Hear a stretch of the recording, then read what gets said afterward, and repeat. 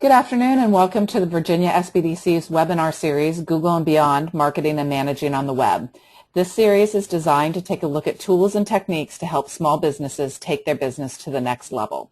Today's webinar is how to choose a CRM system for your small business. All of our seminars or webinars are presented by Ray Sidney Smith, web and mobile strategist, author of Slow Mo Success, Social Media, Local, and Web Small Business Marketing Strategies Explained, and president of W3 Consulting, a digital business strategy and training firm, helping business owners learn why and how to use the web, mobile, and digital technologies for greater marketing and management impact.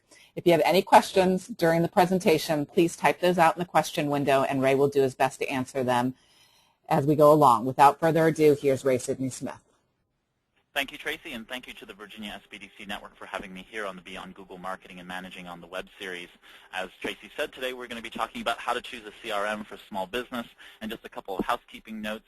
One, of course, as Tracy talked about, if you have any questions, feel free, of course, to go ahead and ask those here live during the webinar, and, of course, afterward, you can then reach out to myself or to the Virginia SBDC via Twitter, at W3 Consulting and or at Virginia SBDC. Go ahead and hashtag that Beyond Google, and I'll be happy to answer those questions after the webinar. So today's topic, as we talked about, is how to select a CRM, and we'll talk about what customer relationship management really is and why you need one for your small business. But today's general agenda is really going to be talking about how to select a CRM that's right for your small business, and there are just some really important litmus tests that you can do along the way to make sure that you have a successful both selection process and implementation, though I won't get too much into the implementation. I will talk about some of the good tenets of it. Then we'll talk about sort of the top 10 features of what are requisite in a CRM for small business. Sometimes they're a little bit different than maybe an enterprise CRM, and I just want to make sure that we're aware of them. And then some useful tactics for promoting CRM as a business culture, because really at the end of the day, it's really about promoting CRM as a business culture that will have it be integrated into your small business and make it much more powerful from a marketing and customer service impact perspective. So let's start off with just sort of making the CRM case, because many times, while you might be the business owner, you still have to sell the CRM system to your staff, perhaps, or if you are working in a small business and you are trying to go ahead and tell your boss or employer that you need a CRM in the system, what and why is a CRM necessary? So first and foremost, what is a CRM? Well, a CRM is a customer relationship management tool. And what does customer relationship management mean? And really what that's about is really managing those interactions that your company has with your current customers, with potential customers, and helping them in various stages of organizing, automating, and synchronizing the sales process, the marketing process, and, of course, the customer service and or technical support process. And that, for most people, requires just at least contact management, the idea of making sure that your relationship management stuff is being synchronized across the entire company. And this is included for you solopreneurs as well. Many times you have maybe some contacts in your Gmail or your email account, you have some contacts in your phone, you have some contacts in some cloud software, maybe an email software. If those are not integrated into one another and synchronized, there is some loss of functionality as you are making your way through the sales and marketing process. And so CRM is there to help you coordinate better the sales process, the sales, watching how your sales cycle is designed, and then where customers are falling out of it, so that you can close those holes and therefore have greater sales and greater continuity of service delivery to your customers, and therefore more repeat business and so on and so forth, okay? So making the CRM case is really about outlining those core benefits of CRM to whomever you need to make sure that everybody has buy-in, okay? So if you're the owner of the business right now and you need to sell it to everyone else on staff, then this is what you need to do, So I just give 3 examples, but there are many, many different examples of them, and I'll talk about some of those so that we are sort of having an idea of what we're talking about. But really, reducing staff and customer sales fatigue. Sales fatigue really happens when either on the sales side, the staff side, people just don't want to do certain things because they're not reminded or they feel like it's monotonous or whatever it might be.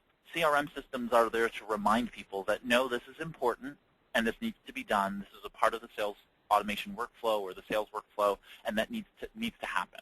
And so it helps to reduce that sales fatigue because it reinvigorates people to stick with the process more often.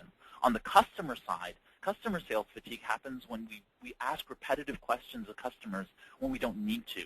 And so that comes down to having, again, like I talked about just a few moments ago, having the contact relationship management software, the contact management software, covering different parts of your world in one cohesive system equates to you not having to ask your customer for maybe their date of birth over and over again, if that's the way in which you track them, or their, some other inconsequential piece of data that if it were in your CRM, you wouldn't have to ask them over and over again, which of course equates to you having less opportunity to talk about value-added services and asking them about how they are, what's going on in their life, and how you might be able to serve them better. So this increases customer satisfaction because you're capable of improving product and service operations. You're capable of doing all sorts of new cool things with the CRM in place as opposed to not. Okay, this also makes sure that you increase your staff's awareness of customers' needs, because if the customer is interacting with your CRM, then that means that they're capable of then putting that feedback mechanism, that feedback loop is brought into place because they're giving you that information that they otherwise wouldn't be because someone isn't there in your organization to consistently be asking them. And your CRM should be doing that for you. It should be automating some of those processes. So the beauty of it is that you get to make better decision making because you have this data that's available within the customer relationship management tool. You have the ability to, of course, have greater efficiencies because it can do some of those workflow processes automated. It can reduce human error. It can also help you decrease the processing time of sales orders and of different kinds of parts of the sales process. If you provide information or demos or something like that to your customers, some of these tools are able to help facilitate those things. Salesforce, for instance, their tool is built so that you could add in these face-to-face communications and all sorts of other fun stuff that allows you to be able to do that. So really, when you're talking about CRM, you're really talking about business benefits. What's going to benefit the business? And that's what CRM is all about. It's all about creating a better bottom line and a better customer experience.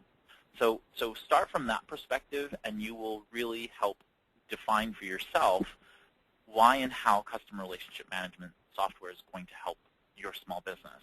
And so focus on that and focus on the benefits. And really, I think at the end of the day, customer relationship management software is really about building a foundation for growing. If you don't have one in place, you're going to squander resources. And if you have it in place, then you know that you have everyone on the same page in your organization, or you know that everyone can be brought onto the same page as you onboard new employees or you onboard vendors who may be interacting with your CRM, and really your customers, who are some of your best and greatest sales representatives, if you want to call it that.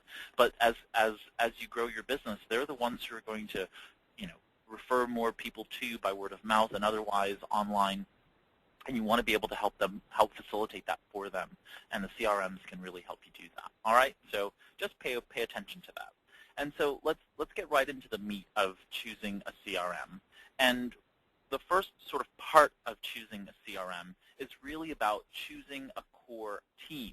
Now, this means involving the right people, and sometimes that's difficult because the first argument I get is, I'm a solopreneur, it's just me, I have to wear all the hats, and therefore, who am I going to help me build my company?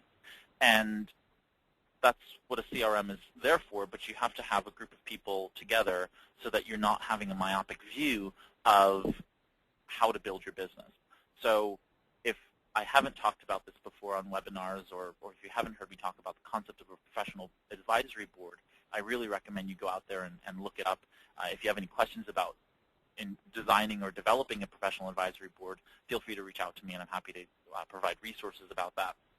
But the idea behind it is that, like a corporation, every corporation is required by law to have a board of directors, and there's sort of two boards. There's the board of advisors and the board of directors. The board of directors are the ones who are legally in place to manage the operations of the corporation.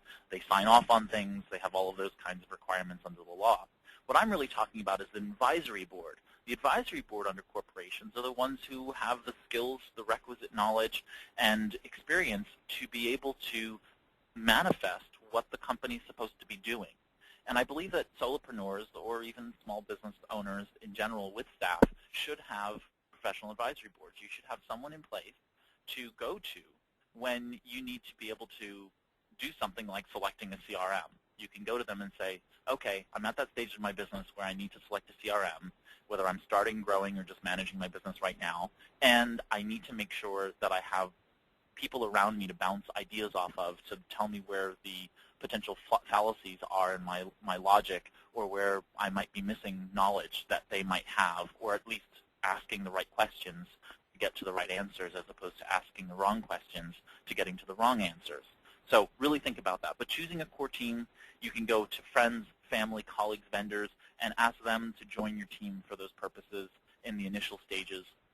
But go out there and choose a core team. Make sure that if you do have staff, that you ask those people who are going to be using the tool to at least having someone in each of those departments, or at least someone in your primary cadre of employees that are going to be utilizing the tool on the team. They have to, someone who's going to be using it needs to be there and fully well aware outside of you, okay? Because you're going to see that the CRM is going to be much more of a tool on the management side for you, but on the sales side for staff and other employees is going to be a little bit different. So you want to make sure that you have different perspectives of people using and utilizing the software. Okay, so choose the right people. You want, of course, a group of people who are going to be using the system, and especially those who are frontline and those who are backline, basically back of the house, customer service, and all the other field and inside sales representatives,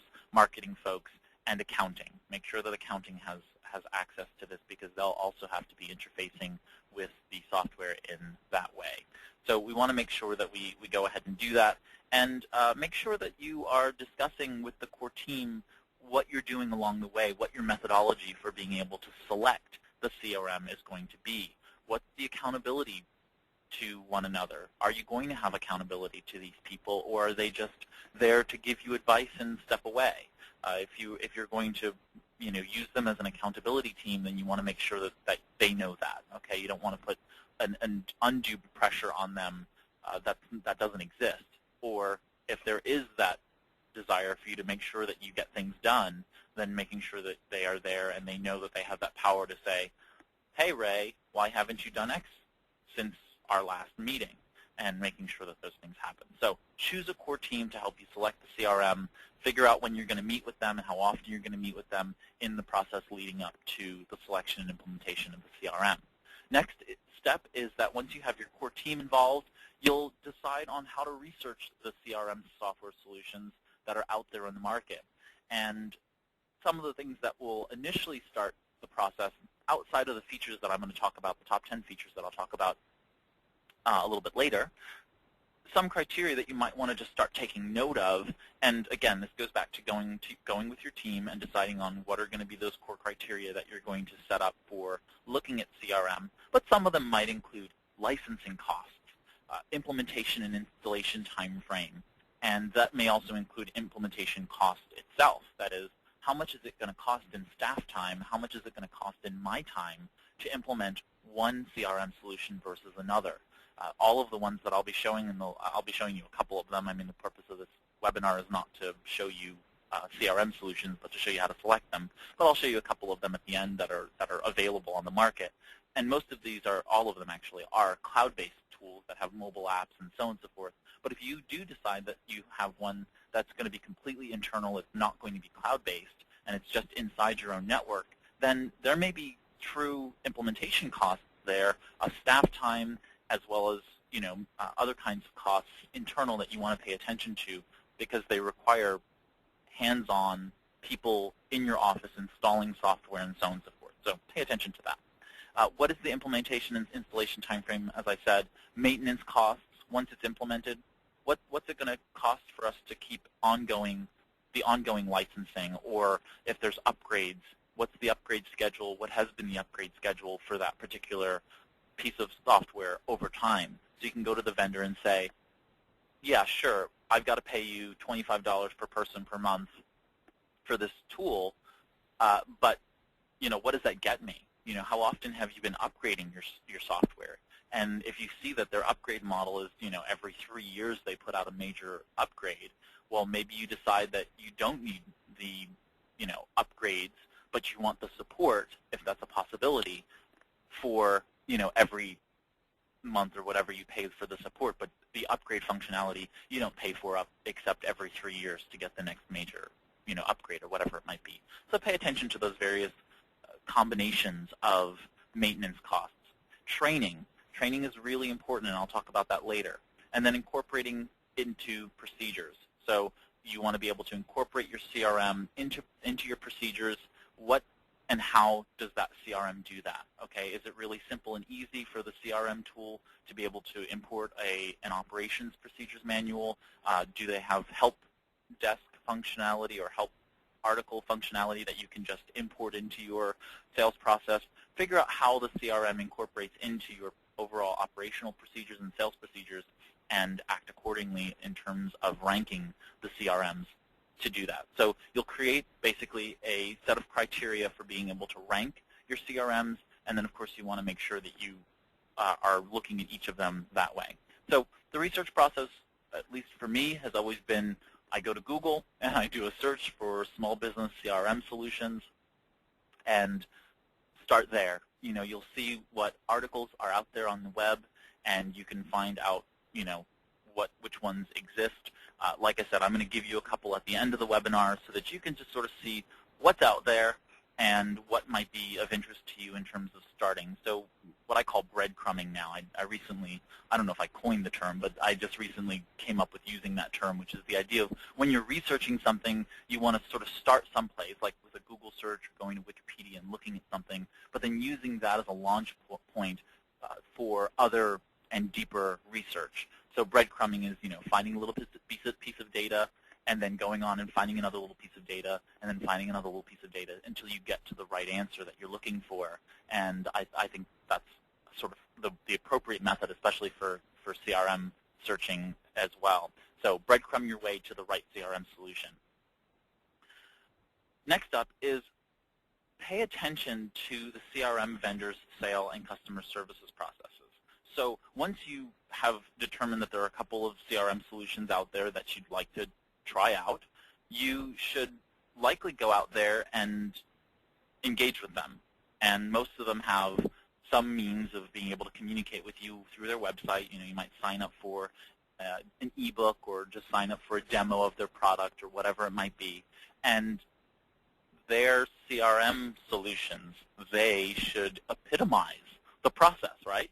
So if their sales and customer service processes are not, the best with you, then what does that say about their tool? And of course, what does that say about their ability to provide customer sales and customer service and technical support to you on the back end once you have the product, right? So really pay attention to how they do it, not only as a learning mechanism for if they're doing it this way and it's effective for them, that should be something as a cue for you to use in your own organization.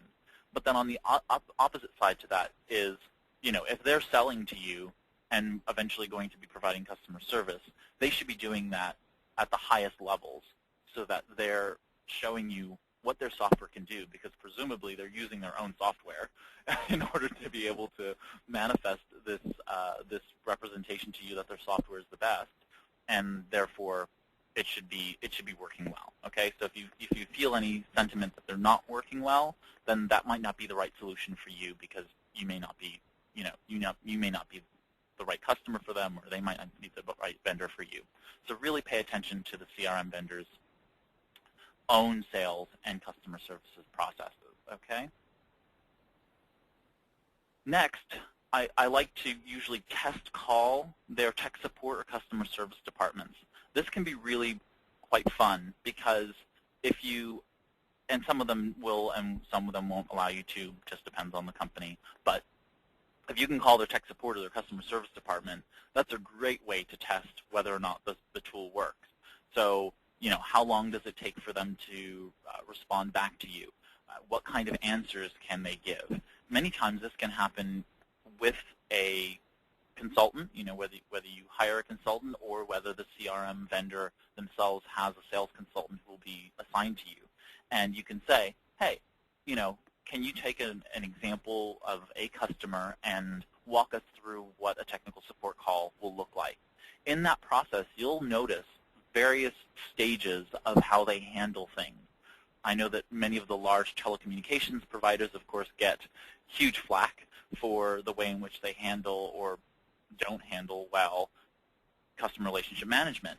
And so you don't want to be like those big telecommunications companies that I'll keep nameless. But the point is that you want to be able to provide that kind of service, and therefore you want to be able to see them providing that service to you again. Just take me through a typical technical support call, and they should be able to do that. They should have you be able to call customer service and talk to a representative and maybe a role model through a problem, or play act through some kind of customer service issue, maybe a billing problem or something else that's more technical, and see how they respond. If they can do that, then that's a good notch in their cap to being able to determine whether or not they'll be able to handle that in a real-time environment where you might be frantic and frazzled because something's not happening correctly in the software or something's not happening in your business and you need help and you need to figure out how the CRM does it. They should be able to handle you and handle it very, very easily. Okay, so test calls are always a great option. Next is do the demos. I know that they take time and they take effort, but this is really important for you to actually test the software before you implement it in the organization. So I really recommend that you go out there and you look at whatever the variety is. If you decide on 3 or 5 different vendors as being the top tier of CRM solutions that you think would be good for your business, especially when you have no experience with CRMs, they can be and all seem very good. And it's not until you actually see them in real time, modality that you're like, oh, you know what, that would not work for me. I just don't like the feel of the software.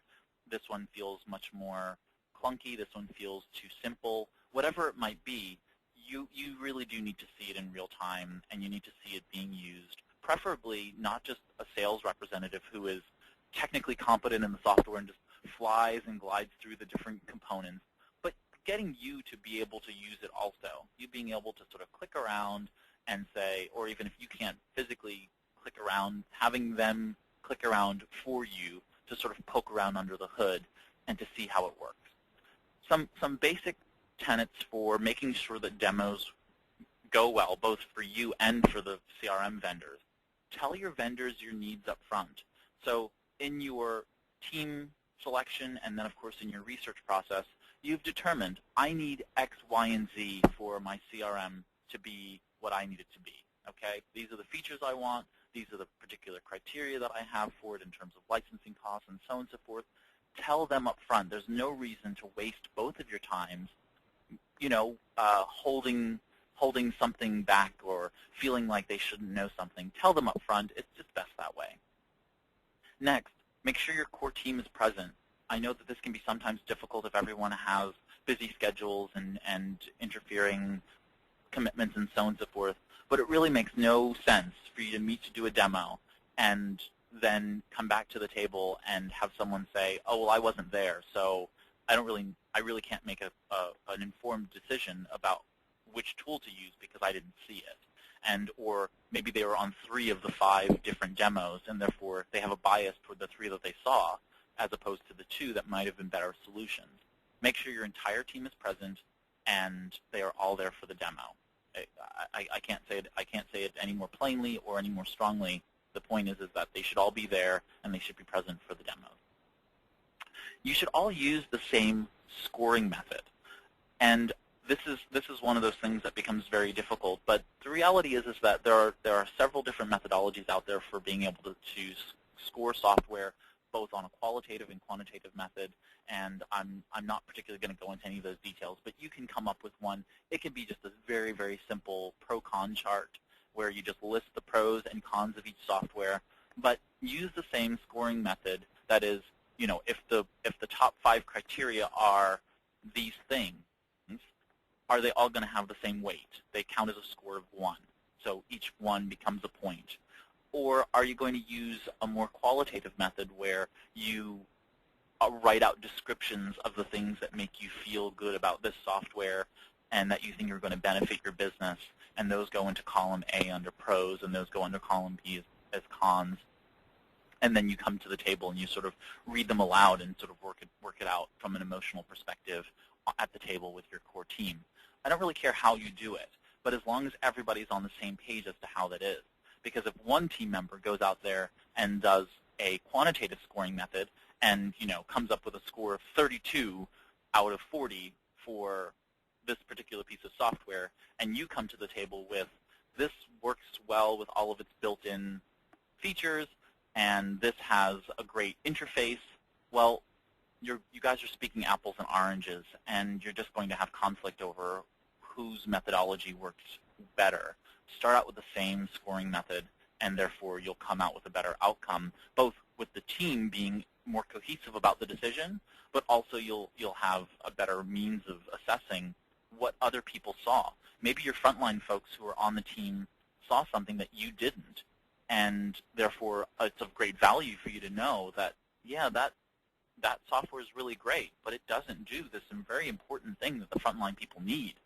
And so really pay attention and take that into account. Finally, ensure that follow-up questions are answered by the vendors. So this is all about sales, right?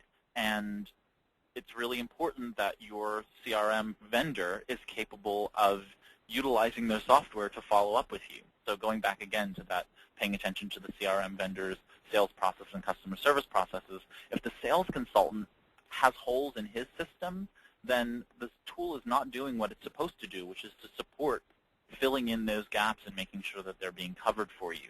So if you do go ahead and have follow-up questions from a sales consultant at a CRM vendor, make sure that those questions are answered, and therefore you're able to, make sure that, one, you know everything you need to know about that software, and if it goes unanswered, then you know that that tool is probably not for you. Okay? So just pay attention to the process as you go through with vendors. All right. Moving along to sort of my top 10 CRM features for small business installations or implementations, okay? When it comes to CRM systems, enterprise-level CRMs are very, very different because they have to deal with a scale, extensibility, and integration that is completely different than a small business. So I'll talk about these and give any answers to any questions that people have. So if you have a question about any of this, you just let Tracy know, and I'll be happy to go ahead and answer those questions. So let's start off with number 1. This tool should be stable and customizable. That means that it should be industry-specific, in some way, shape, or form if your industry needs it, okay? So if you're in real estate, for instance, there are customer relationship management tools that are specific for your industry, and you should use them, okay? You should not go out there and attempt to fit a round peg into a square, or is that a square peg into a round hole, to use the right metaphor.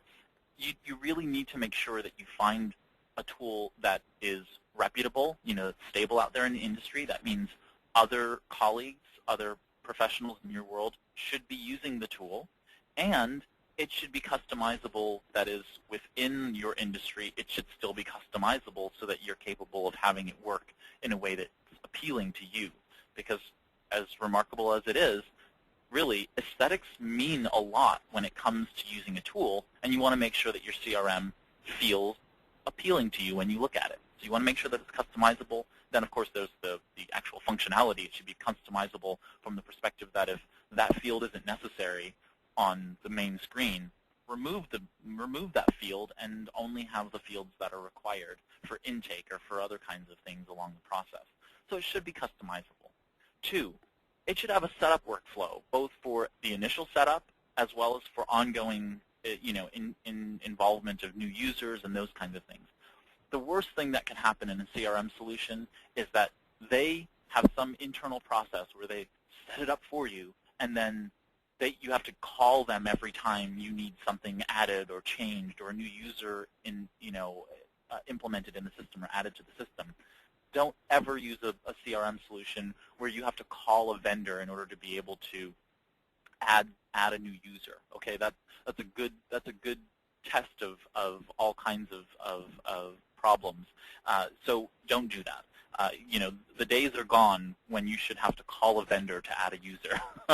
You should be able to add users from within the dashboard, the administrative dashboard, just as quick as a blink. Okay, and there should be setup workflows for that. So if the workflow requires you to define a role for that person, are they customer service, are they sales, inside sales, field sales, are they a marketing campaign manager, are they whoever they are, customer support service or technical support service, you should be able to go in, define roles, set up who they are, what access they have to information, and go. There should be really very little in the way of friction to getting the setup workflows designed and done. Same with the initial implementation process. You should really have a workflow. It should just have a setup wizard. You take down the information that's necessary. It should turn you through that information and get you to the end pretty quickly. If it doesn't have a setup workflow, it's just an easy question to ask your CRM vendor before you even meet with them. Does it have a setup workflow? What's the wizard look like? Is it easy? Okay, if that's the case, that's great. If it's not easy, is it something that they're going to walk you through? Are they going to do it for you, the initial setup, and then thereafter you can add users and so on and so forth easily? That's fine also. Number 3, no limits on users or data types. It should be what we call scalable in the tech world, okay? If it's not scalable, if it's limited to 2 users or 5 users or 20 users even, you don't know where your business is going to go. Today, with the sort of limitless capabilities of database solutions, because a CRM is basically a database piece of database software with a front end, there's no reason why you should have caps on users, and yet still I see some CRM solutions out there that will have caps on the number of users or the number of contacts in the system. And these are smaller, data telecommunications and software developers, or they'll have a limitation on the data types. So what that means is that you can only have so many types of records or types of records in a system.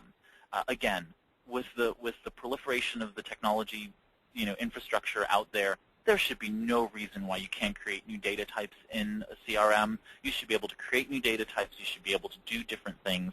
You should be able to create what's considered extensibility. You should be able to extend the features and functionality of the software through the creation of new data types. And so if a CRM is out there and it can't do that, is it a deal breaker? For me, probably not, but it certainly should be something that you talk to the provider about and say, listen, if my business changes or grows and I have been using your CRM now, I've invested in implementing it in my business culture, I need it to be able to do this. And so making sure that they're aware that that's something that is important to you, because it should be important to all small businesses, because things do change. Next is number 4. It should work with your accounting and invoicing software. This is something that's frequently overlooked, and it's really sad when it happens, because you could be using a software for several months before you realize, wait, how do we actually get the data out of the software and into our accounting, or have them synchronized so that we have better real-time reporting, which I'll talk about in a couple of points.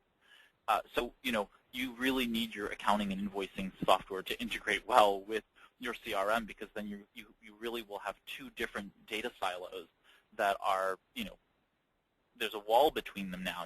Wherever your invoicing and accounting software is and your CRM, they need to be connected. Those 2 pieces of the puzzle need to be connected so that you can see how your sales process and marketing process on either side of the actual sale happening and the money coming in the door is versus the processes. You need to see those 2 pieces together. So really make sure that your accounting software and invoicing software are integrated. Really, really important.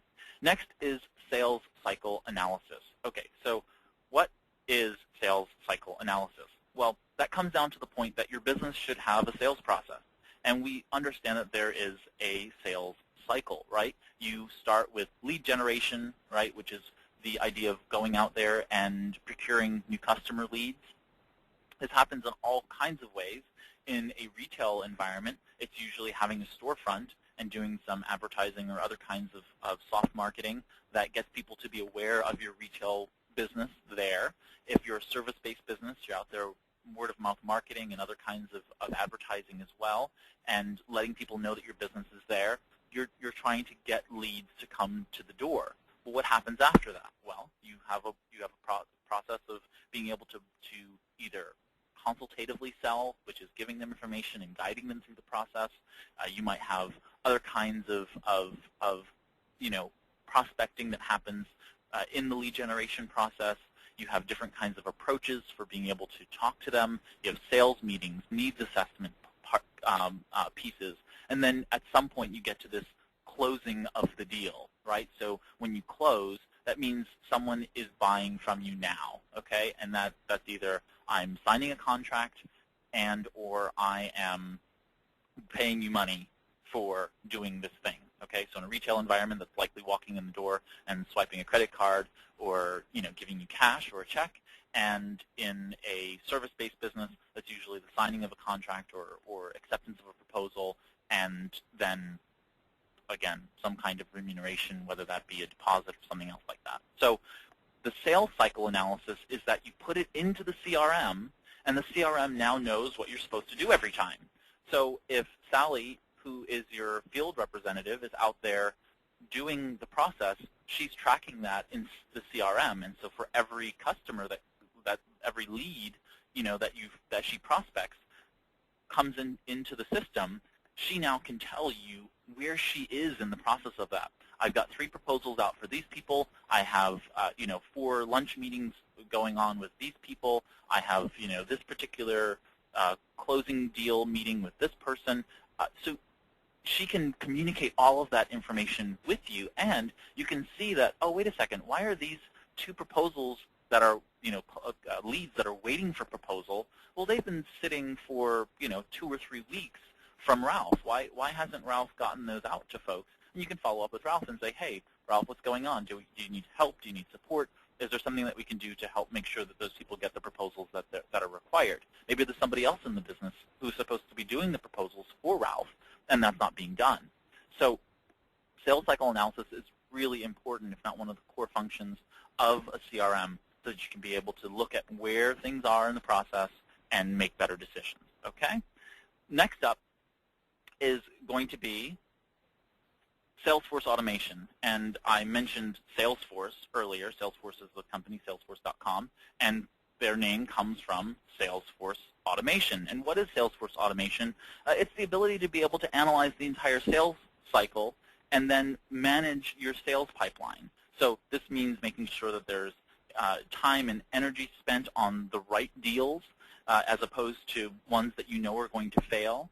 It should improve your lead distribution and tracking so that if you have an online system that captures email addresses and names and phone numbers and maybe some budget information for the person who's a lead, that information will go to the right person. So if it's a big enough deal, maybe it goes to you because it's going to require more hands-on. If it's something that's a little bit easier to manifest, maybe it goes to a junior salesperson. But you want to make sure that you're putting the leads to the right people and then tracking those effectively. Salesforce automation should also cover the ability to look at training, sales training, and performance. So, if someone is going through a particular sales training, you should be able to manage that within the Salesforce tool. You should be able to centralize contact and interaction management. So every time you send an email, every time you make a phone call, every time you have a touch point with a customer, whether that be by social media or otherwise, the Salesforce automation should be just, grabbing those touch points and putting them into the system so that you can see a history of how you've communicated with that customer. The point is customer relationship management, and therefore the Salesforce automation should be able to look at it from that perspective. It should be able to process quotations, quotes to customers and orders. It should be able to track all of that, and it should provide your staff, when they're out on the road, with the ability to be able to real-time see that information back and forth. So it should have a mobile app or a mobile web tool so people can access that information and see, oh, you know what? So-and-so got the proposal yesterday. I should follow up with them and make sure that it didn't get put in their spam folder or something else like that. And so it gives you that opportunity to follow up with them. So Salesforce automation is definitely a core function. Next is marketing automation. Marketing automation, stepping aside from that to managing different kinds of campaigns. So you might have any number of different types of sales channels, whether that be advertising channels, networking, groups or organizations in which you're active, and other kinds of lead generation. You want to be able to make sure that you are managing those campaigns inside of the system. So say you decide that you're going to do a charity event, and that charity event is going to, of course, be pseudo-marketing for your business. You want to make sure that you are managing that campaign within the system. That means you should be able to manage a budget. You should be able to maintain the lists of the attendees and track responses to the event. Look at what you are distributing in terms of collateral, advertising, flyers, postcards, whatever it might be, being able to track that data and saying, okay, well, I'm getting this marketing material out there. What is it paying back to me in dividends? Am I getting customers out of this? And then finally, it should be able to report. It should be able to report that data back to you, and it should make sense, okay? So I know that many times we talk about analysis, but really it's about analysis. It's about synthesis and analysis. It's the idea of breaking things down and then putting them back together again in a way that makes sense to you. So you need to make sure that it does both the synthesis and analysis functionality. Next is customer support automation. And customer support departments are sometimes overwhelmed by the number of phone calls and emails and now online chat and so on and so forth. You want to be able to automate some of that. And so the tool should really have some kind of customer support automation. That might be as simple as being able to automate emails that let customers know that they've received the communication when they email you or when they've sent an online chat message to you. They should be able to make a phone call, and if you have a system that you leave a message, they should be able to receive an automated message back saying, we've got your message and we'll be following up with you in X number of minutes or X number of hours or days or whatever your turnaround time is for handling customer support or technical support issues are. You want to be able to create that customer loyalty and then, of course, generate repeat sales. And you can't do that if you don't have some level of customer support automation. And again, it should be integrative. It should be able to work with your current online chat system. It should be able to work with your current email tools. Whatever you're using currently, that tool should work with it. So make sure that they do. Don't go and try and run independent systems that don't work with one another, because it's going to end up not giving you that information that you really want. You want it to work well together out the gate.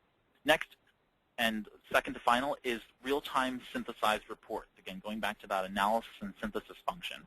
You want to really be able to take all of the data in the system, which is going to collect huge numbers of data points now if you're effectively using it, and you want to make sure that it is simplifying it in real time so that you can see the most important information that you want to see and that each of the different roles in your organization will need and want to see.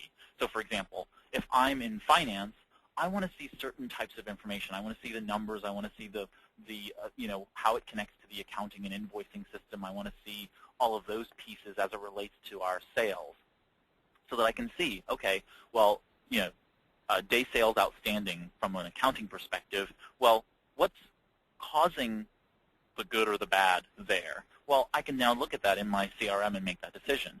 I, as the business owner, should be able to look at it from the highest level and see, okay, we have 15 sales reps. They're out there doing some really great stuff. Where are our open proposals? Where are our deals closing? How many of those things are happening this month? And where might I need to make some bigger, better decisions on a global perspective for the business? If I'm customer service or customer support, well, I'm looking at it from a different perspective. How many people do I handle on a daily basis? How many of those people report back to me that they had a positive circumstance from after customer service touchpoint surveys?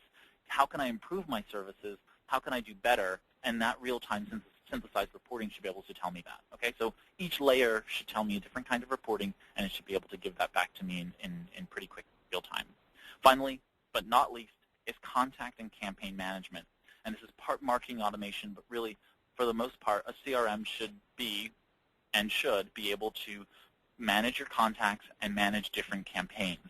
And those include both global campaigns for the company and then sub-campaigns. So that means if I'm a sales representative, say I'm a solopreneur, I have just me, I have this CRM solution, well, the company as a whole might have a perspective. We're gonna market through these different channels, and we're going to do these kinds of broad-based campaigns for our general stuff. But maybe I individually am a member of an organization and I want to do this specific campaign internally for myself. I should be able to manage that sub-campaign in the CRM as well. Okay, so it's not global, it's just me. And then if I bring on a new sales rep or someone else on the team, they're not going to be necessarily privy to it. It's my own internal use. So I should be able to have that individual campaign management as well as the global campaign management. And this comes into place when you have lots of salespeople and they have their own, sort of sales techniques or methods, and they don't want to share that with their colleagues because they believe it's proprietary. So you want to give them that safety of knowing how they manage their campaigns are safe to them, so they don't have to share that with other people. Next, and finally, is promoting CRM culture. And I just wanted to spend a couple of minutes, and then I'll go over some of the different CRM solutions that are out there on the market. But promoting the CRM culture is really all about the implementation. And implementing a CRM is not easy, but it can be done, and it should be done. And these are really why. I mean, the reality is that when you look at a CRM solution, you are trying to build a culture that supports CRM, right? And so as I talked about at the beginning, you want to build a case for being able to change the organization if you're already not using a CRM, which includes the benefits and sometimes the negative consequences of the change or not changing. So if the benefits are that you're going to have increased sales, you're going to have lower customer attrition, you're going to have greater customer retention, you're going to have greater employee retention potentially. You want to make sure that you do those kinds of things. You want to make sure that you hold regular meetings. I'm not a proponent for increasing the number of meetings that people have without cause, but you should really hold regular meetings where all the departments in your business, all the people in your business can communicate about this particular CRM and what's happening, because it's not really about the CRM specifically, it's really about the issues that are happening in the company. So a regular meeting might mean semi-annual, it might mean quarterly, it might mean monthly, whatever it is for your business in terms of the speed in which things change, but you should definitely hold regular meetings. And start to figure out what's going on. This comes down to the fundamentals of the first one, which is develop a sales process. You should have a sales process. There's no reason why your business shouldn't have a sales process. And that goes for retail as well as service-based businesses. You should have a way in which you bring in every customer and how you handle them through to the sale, and then, of course, through fulfillment, and then ongoing retention, ongoing engagement for repeat business. If you don't have that process, how are you supposed to know what's working and what isn't working? You're only going to be guessing at things if you're just constantly saying, well, in 2012, I talked to so-and-so, and that worked out well, so I should always just talk to everybody like that. Well, no, that's not really how it works. If you talk to X number of people and you follow X process, you start to see what's successful and what isn't successful. The components are what you're trying to look for.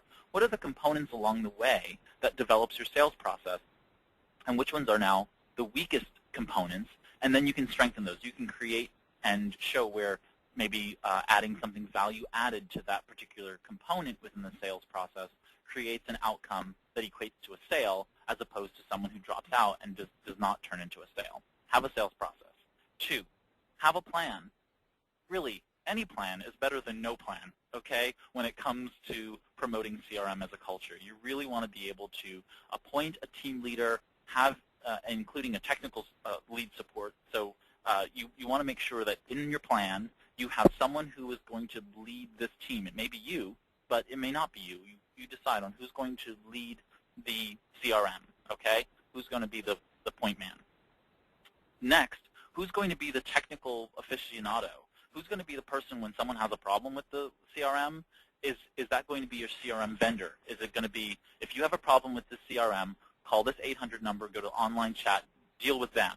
Or is it going to be there's somebody in-house who's going to be well-trained and capable of helping deal with the issue before you go on to a higher level technical support, like going to the CRM vendor and saying, this is not working for me, or I don't know how to make this happen. So make sure that you have both a team leader and a technical lead support.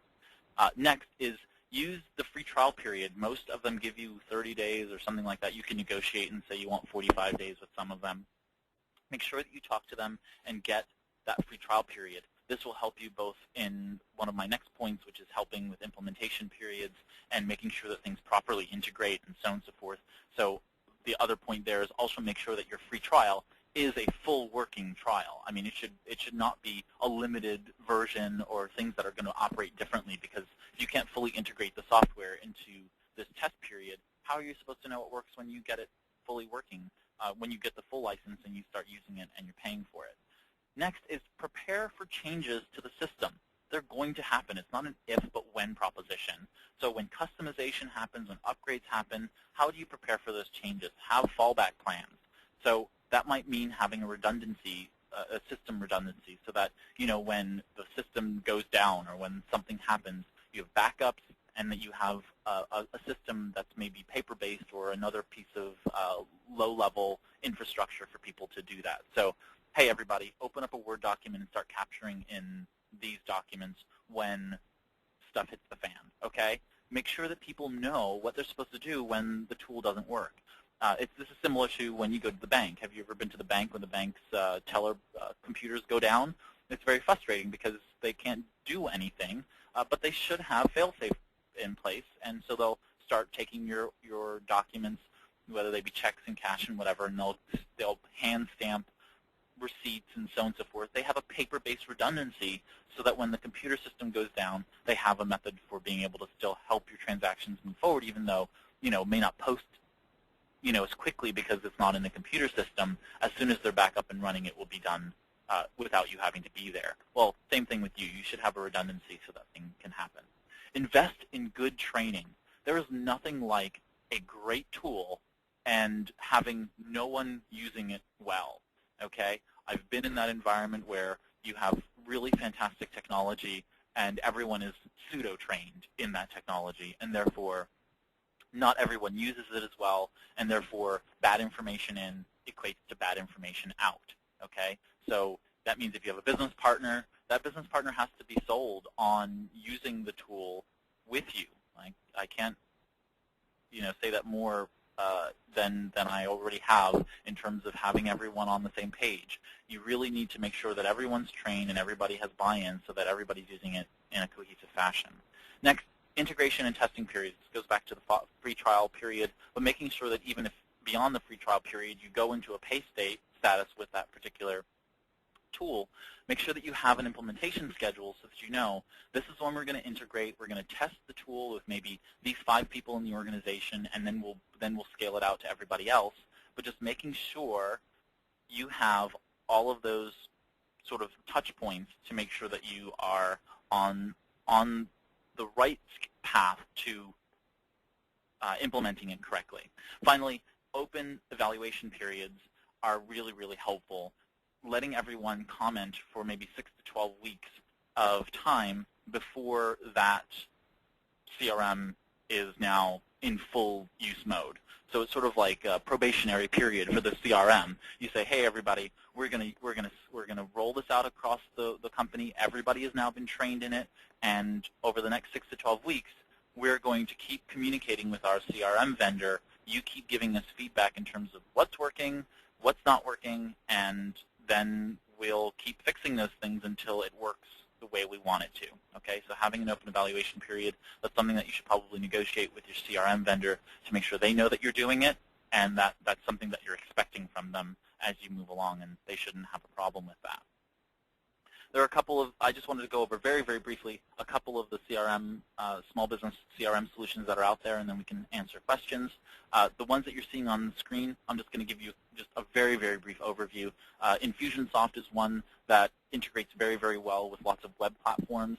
So not only do they work with as its own standalone tool, but they can work with email software. They work well with WordPress and so on and so forth. So there's Infusionsoft. Insightly is one of the newer players to the market, and again, they're just a great reporting dashboard. Salesforce is sort of the granddaddy of Salesforce automation. That's where their name comes from, and they have a small business solution and lots of really different extensibility. So they have the ability to extend that software because they have hundreds, if not thousands, of other applications that are built on top of Salesforce because of the time it's been around. Batchbook is a social CRM in the sense that they actually integrate a lot of social media technologies into their CRM solution. So if you're heavily using social media, Batchbook is probably a good option for you. Zoho's CRM has been around a while, and they have lots of connectivity to Google, so they can connect to Google Drive and Google Contacts and Gmail and so on and so forth, and work really well in that capacity.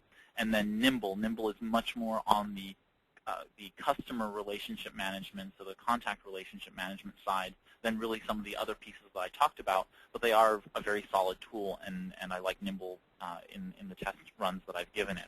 So those are some tools that you can go out and look at. That way you can just sort of have a place to start from, and you can look for their competitors and start to analyze which ones might be good for your business. And with that, I'm going to take questions, if there are any questions, and we can close out. Ray, actually, the two questions had to do with sharing the CRM systems. One, which you've done, I guess, are there any that have shorter learning curves than other, and do they all integrate well with online email systems like Gmail? So that's very, very CRM specific, and so the ones that I showed on screen all connect in some way, shape, or form to most of the standard email platforms. And so you're probably not going to have a problem there. But the range is dramatic. I mean, you really have to look at each of the tools for what they do and how they work. Some of them require manual imports of data. Some of them do a true synchronization. And so you just have to sort of look at them across that perspective. Okay. Any other questions? Two questions. Is there a CRM system out there that works like Office 365 where you have a cloud-based storage system as well as desktop or server-based local copy retained? So if you're looking for something like, I'm guessing what you're looking for is something like ACT, where ACT has the localized database and synchronizes to the ACT website so that you have an online tool. Is that what you're asking? You can clarify if that's what you're asking. But ACT does something similar to that. Yeah, so ACT does that, has the ability to interact with that. There's a tool out there called Sugar CRM, and Sugar CRM is an open source solution and is actually a topic in an upcoming book of mine. And the Sugar is really fantastic, and one that I've used in the past quite successfully. And it has several solutions that are both downloadable clients where you can download the data locally, and then of course have the web-based solution. In terms of storage, some of them, including Sugar CRM, are now connecting to Dropbox or Google Drive and so on and so forth. So that allows you for that downloaded function. So like Zoho CRM, you have your Google Drive component on your desktop that is synchronizing your data on your local computer while still having the CRM in the cloud. So some of them are hybrid, but ACT is probably the closest one that basically has your data in both places. So you can do stuff like that. Well, I think you answered the second question, unless there are additional. The second question was, are there any open source options? Yeah, so Sugar CRM is one of the open source options. There are actually several open source CRM solutions, but I'll probably only speak to Sugar CRM because it's the most mature of them. And so I would definitely look at Sugar CRM. Sugar is supported commercially, so even if you install the open source software, you can get commercial support for your open source installation, which is really helpful. And they can help with both installation, hosting, training, all of that stuff. And and very similar to WordPress. You know, it's of that caliber that there is a commercial support provider community around Sugar CRM. So great tool. I highly recommend it, and it works to be able to integrate. And if something doesn't exist, this is the really cool part about an open source tool, is that something doesn't exist for it, you could just have someone develop it. You know, you can go out there and say, okay, well, I need a developer to develop this piece. How much is that going to cost me? Oh, it's going to cost me, you know, X dollars for me to be able to make that functionality happen.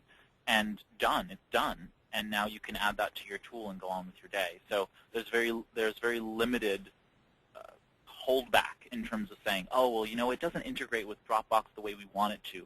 Well, it's open source software. You can go and you can change it. So you have that customizability that you don't have. You have that customization ability that you don't have with some of the proprietary systems like Salesforce or Batchbook or something like that, where they're not going to change it universally for just you. Great. So we have 2 more questions, then we'll wrap up. Can you discuss cybersecurity criteria associated with CRM tools? Perhaps the right phrase is more like controlling access for different types of employees, different types of campaign partners, etc. Right. So while the purview of this discussion is not cybersecurity, I think you're right. You should be able to have, and I think I touched on that earlier, you should be able to have different roles and access levels for your CRM tool, so that, you know, the people who are sales representatives should really only be able to see their sales information, and maybe if you have a leaderboard that shows some data about the overall company sort of meeting its current monthly sales quotas or whatever it might be, you know, you're being able to motivate them from that perspective and that level. But you should have the ability for you to have different roles in the organization, and that way the reporting functionality and sort of the walls between who can see what data are there. Most of them have that, so you'll be able to easily say, this person's a sales representative, this person's the technical support or customer support, this person is a manager or the super admin, and therefore can see everything. So as long as you're, you know, assigning the people the appropriate roles, you should be able to securely put that data in there without it being open or available to somebody that it shouldn't be. Okay. Last question. Can you recap the benefits of Salesforce as a CRM provider? I don't particularly want to say that Salesforce is better than any of the others. It is. I hope that wasn't what I brought across.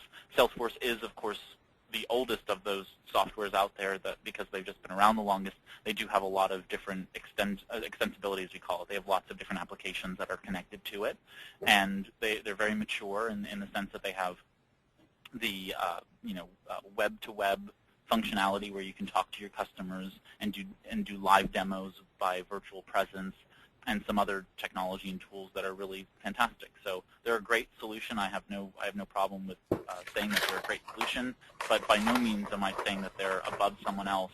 Really, choosing a CRM, you should follow the process that I talked about here in the webinar and really work through what's right for you, and then pushing them through that criteria to see whether they're right for you. Because I don't want you to go out the gate and say, we're just going to go with Salesforce because they're the oldest and the most mature. That's not necessarily going to lead you down the right path necessarily for the growth of your own small business. You should really pay attention to what's right for you, and then choosing a tool that's right for you based on that criteria, versus just because Salesforce is the largest and loudest, we should use them. So I hope that helps sort of clarify that they're not the best just because they're the oldest. I think that you should look at everyone uniquely and individually according to your own criteria. Great. Thanks, Ray. Thanks, everyone, for participating today. Today's webinar was recorded, and it'll be posted on the Virginia SBDC website under live webinars and recordings. Tomorrow, you'll be receiving a follow-up email with a link for an evaluation to this webinar. I have also posted that in the chat window now if you'd like to fill it out. Please help us to continue to improve our training by taking the time to complete the evaluation. And we'll see you on May 29th for Blogger, the small business blog tool. Thank you.